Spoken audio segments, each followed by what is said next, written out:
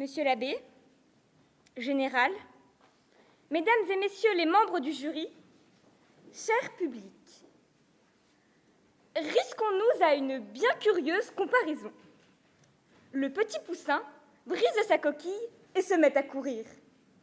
Peu de choses lui manquent pour crier « Je suis libre !» Mais le petit homme, au petit homme, il manque tout. Il est né, sa volonté n'est pas née. Le petit poussin, à peine sorti de l'œuf, a déjà tout pour survivre. Mais l'homme, avez-vous déjà vu un petit homme? Certes, attendrissant, mais petit, faible, fripé, geignant, pleurant et incapable. Il est beaucoup plus facile d'avoir un petit poussin à charge qu'un enfant. Et lorsqu'au bout de 2 ans, le petit poussin sera devenu un magnifique coq aux couleurs chatoyantes et dont le chant éveillera la terre, le petit homme sera toujours un petit homme. Il sera encore incapable de rien faire. Il aura tout à apprendre du monde et de la vie. Cependant, nous avons tous été ces petits hommes et nous avons tous eu des parents pour nous élever. L'homme n'est qu'un roseau, le plus faible de la nature, disait Pascal, le plus petit être de cette immense nature. Il est le seul qui naisse impuissant, désarmé, vulnérable, mais il est le seul qui ait des parents. Il est le seul à qui l'on apprenne. C'est un roseau pensant. Oui, si nous sommes aujourd'hui tels que nous sommes, des roseaux pensants, des êtres à la faculté de penser et de réfléchir, d'apprendre et d'enseigner, de parler et d'écouter, c'est parce qu'avant nous, des hommes nous ont appris ce qu'on leur avait transmis. Ils nous ont éduqués. Et à présent, cette question m'est posée. Mais elle est aussi posée à vous tous, hommes, qui voulez que ces enfants, que cette jeunesse devienne l'élite de demain. Si vous aviez dans vos bras ce frêle roseau, cet être si délicat et si fragile, mais capable de si grandes choses, que lui apprendriez-vous? Que lui transmettriez-vous? De quelle richesse le feriez-vous héritier? Et c'est à moi, une jeune fille de 15 ans, encore à la charnière entre l'être qui reçoit et l'être qui donne, qu'il appartient de répondre. Et ce sera moi, avec l'audace de ma folle jeunesse, qui vous expliquerai comment il convient d'élever un enfant. Je vous dirai que l'enfant, pour savoir où il va, doit d'abord savoir d'où il vient, puis par quels moyens accéder à la grandeur humaine. L'homme n'est qu'un roseau, mais le roseau a des racines, le roseau a une histoire, le roseau a un passé. Et ce petit être, si faible et démuni, est déjà riche du sang qui coule dans ses veines, celui de ses ancêtres qui l'ont versé pour qu'il puisse vivre libre aujourd'hui. Fermez les yeux et regardez défiler devant vous le cortège de ceux qui ont forgé notre âme et celle de nos enfants. Oui, à présent, c'est à vous que je m'adresse. Vous, fiers Gaulois, vous, nobles Francs, vous, bâtisseurs des cathédrales, vous, chevaliers des croisades, vous, explorateurs du Nouveau Monde, vous, qui avez porté le nom de France aux confins de la terre, vous, paysans humbles mais solidaires, vous, qui pour votre patrie avez donné vos vies à Bouvines, Fontenoy, Yorkton, Iéna, Verdun, vous, hommes de guerre, vous, hommes de paix, vous, héros, qui bien souvent êtes restés sans visage, qui dans l'ombre avez édifié les murs de notre France. C'est vous qui avez écrit de votre sang ces lettres rouges dans les sillons de France. C'est à jamais. C'est à jamais que nous transmettrons à nos enfants l'amour de la patrie, du sol natal, la fierté d'être français, la volonté de servir et de défendre ce cher pays, l'espérance que celui-ci durera éternellement. C'est donc à vous, héros oubliés des anciens temps, qu'il reviendrait d'élever nos enfants. Vous, qui par vos héroïques actions avez prouvé que le faible roseau était capable de grandes choses. Gloire à notre France éternelle, gloire à ceux qui sont morts pour elle, aux martyrs, aux vaillants, aux forts, à ceux qu'enflamme leur exemple, qui veulent place dans le temple et qui mourront comme ils sont morts. Oui, mon cher enfant, c'est en ces termes, reprenant ceux du grand Victor Hugo, que je t'apprendrai l'amour de ton pays. Cet enfant, si frêle, est aussi l'héritier du plus beau des trésors, la culture que pendant 20 siècles nos ancêtres ont amassée à la sueur de leur front.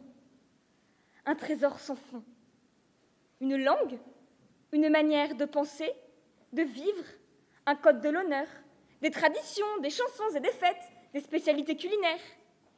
Les petites filles ont toujours aimé s'imaginer être Cendrillon, et les garçons toujours vibré au récit de Roland à Roncevaux. Ils ne savent pas qu'en éprouvant ces sentiments, ils deviennent plus hommes, en prenant conscience de cet héritage qu'ils ont reçu. La culture est le passage nécessaire par où s'accomplit notre personnalité. Elle n'augmente pas ce que nous avons, mais ce que nous sommes. Et en cela, elle n'est pas accessoire, mais essentielle, écrit le philosophe Bellamy. Mais celui-ci écrit également: je ne crains pas le choc des cultures, mais le choc des incultures. En effet, de nos jours, pourquoi tant de jeunes semblent-ils déracinés, déboussolés? Ils errent, sans but, ne trouvant rien dans la vie qui puisse les orienter. Et cela, c'est de notre faute. C'est nous qui les avons abandonnés, en ne leur expliquant pas où ils vont, d'où ils viennent. Sans culture, les hommes ne sont pas pleinement hommes, et ces jeunes ne deviendront jamais pleinement hommes. Ainsi donc, à cet enfant que j'éduquerai, à ce faible roseau dont j'aurai la responsabilité, j'enseignerai l'histoire de son pays, l'amour de ses ancêtres, la piété filiale et la culture, pour qu'il sache qu'il n'est pas un individu solitaire, mais un maillon, le petit maillon d'une immense chaîne, la chaîne de l'humanité, et qu'il sache y tenir sa place avec humilité et dévouement.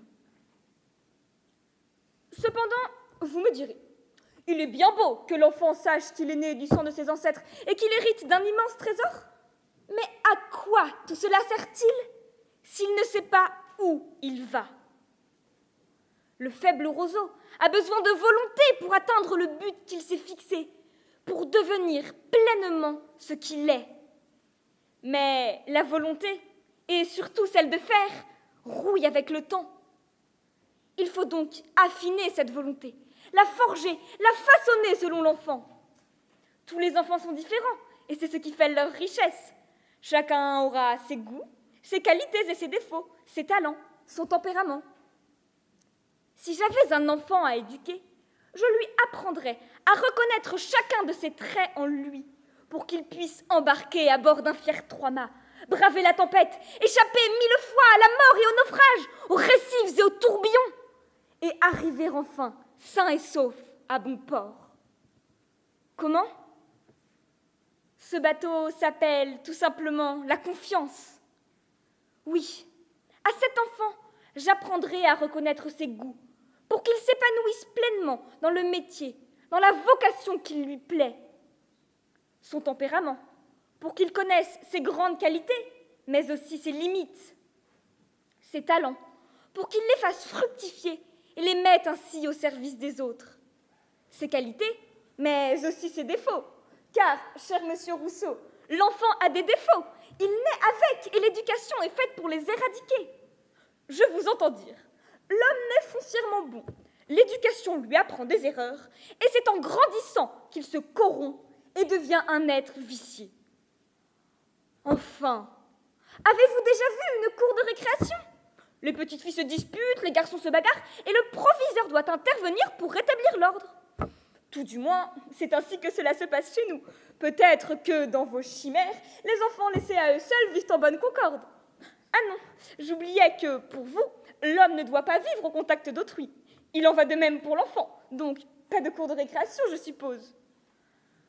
Monsieur Rousseau, vous êtes sans doute l'homme qui ait le plus détraqué l'éducation des enfants. Ce petit être que j'aurais à éduquer, je voudrais pour lui le meilleur, qu'il atteigne le bonheur.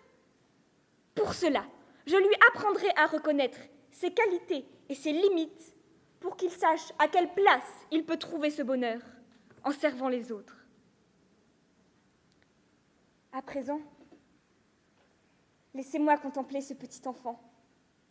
Il est encore faible, il sera toujours faible, mais s'il sait d'où il vient et où il va, il ne lui manque que peu de choses pour se jeter avec confiance dans l'océan de la vie. Ce qui lui manque, c'est sa force pour tenir le gouvernail, c'est sa longue vue pour observer l'horizon, c'est son outillage pour réparer les brèches, c'est sa bouée pour secourir les autres, c'est sa carte pour toujours se souvenir de sa destination. Ta force, mon enfant, c'est ton sens de l'honneur. Tu sais qui tu es, tu sais ce que tu dois faire. L'un de tes modèles sera l'aviateur Guillaumet. Tu liras un jour son récit raconté par Saint-Exupéry. Et lorsque tu auras traversé les plus effroyables tempêtes, essuyé les plus violentes défaites, vaincu les pires tourments, alors, gardant toujours la tête haute et l'amour de ta mission, tu pourras déclarer fièrement: ce que j'ai fait, je te le jure, jamais aucune bête ne l'aurait fait. Sa longue vue, c'est ton sens de l'engagement, la fidélité. Tu sais pourquoi tu vis, tu sais pourquoi tu marches, tu sais pourquoi tu souffres. Mais comme Guillaumet, tu ne faiblis pas. Ce qui compte, c'est de faire un pas, encore un pas. C'est toujours le même pas que l'on recommence. Tes outils, ce sont le goût de la vérité et l'honnêteté. N'accepte jamais les compromis ni les mensonges. Reste une âme belle et franche. Je voudrais t'entendre dire, à la manière de Cyrano: le mensonge, tiens, haha, les compromis, les préjugés, les lâchetés, que je pactise. Jamais, jamais. Ah, te voilà la sottise. Je sais bien qu'à la fin vous me mettrez à bas. Qu'importe, je me bats, je me bats, je me bats. Ta bouée, pour secourir les autres, c'est l'ouverture, la générosité, la charité. Sors de ton égocentrisme, mon enfant. Donne-toi. Ta carte, enfin, te montre le terme du voyage. Ne l'oublie jamais. Ne perds jamais ton idéal. Garde l'espoir envers et contre tout. Bernanos disait: béni soit celui qui a préservé du désespoir un cœur d'enfant. Oui, mon enfant, tu n'es qu'un faible roseau, mais tu es aussi une petite parcelle d'espoir. Ne l'oublie jamais. Si vous aviez un enfant à éduquer, que lui apprendriez-vous? Si j'avais dans mes bras ce frêle roseau, je lui apprendrais d'où il vient, qui il est, où il va et par quels moyens y aller. Mais avant de transmettre tout cela à nos enfants, il nous faut savoir vivre de ces grandes vérités. Car, comme le dit Jean Jaurès, on n'enseigne pas ce que l'on veut. Je dirais même que l'on n'enseigne pas ce que l'on sait ou ce que l'on croit savoir. On enseigne, et l'on ne peut enseigner que ce que l'on est. Je vous remercie.